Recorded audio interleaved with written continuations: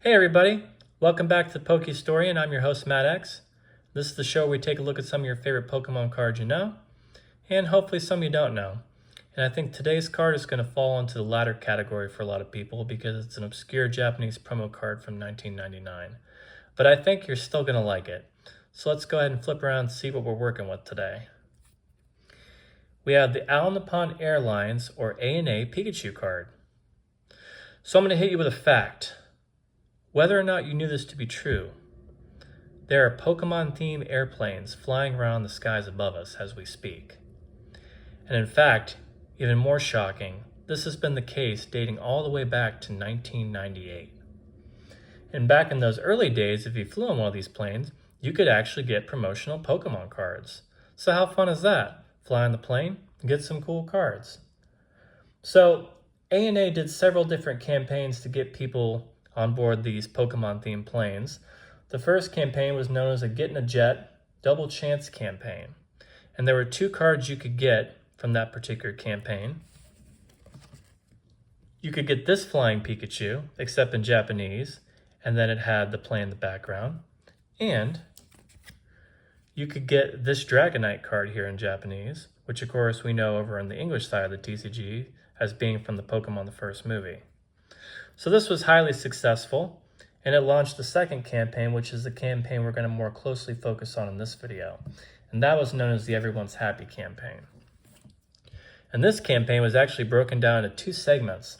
The first segment ran from June 1st to July 31st of 1999, and there were two cards you could get from that. You could get this Pikachu card right here, which of course is my favorite, and there was an Articuno card you could get. And then there was a second segment that ran from August 1st to September 30th of 1999, and under that segment you could get a Zapdos or a Moltres card. And interestingly enough, we never saw the Zapdos, Moltres, and Articuno cards in English until they were reprinted in the Supreme Victor set. So that was kind of neat. But this Pikachu card right here remains a Japanese exclusive card to this day, which is what makes it special. And it's also a very fun picture of Pikachu here, just giving us the big old wink and flying through the sky with that plane in the background. I also love how it's the sibling card to this other flying Pikachu. Y'all know how much I love those sibling cards, especially when they're done by the same artist.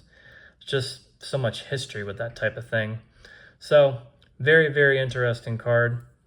But let's go ahead and talk about how you got this card, though, because that's something that's a little more complex than you would think.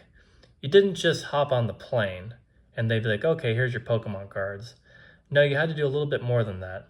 First off, you had to get 2 domestic boarding passes, so one wasn't going to suffice. And then you would save the stubs from your boarding pass and you would put them on a special application postcard and you would mail it in.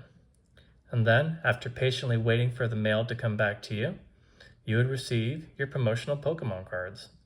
So that kind of thing was very popular in Japan back in the early 2000s and late 90s. I still think they do stuff like that a little bit today, but it was very common back then.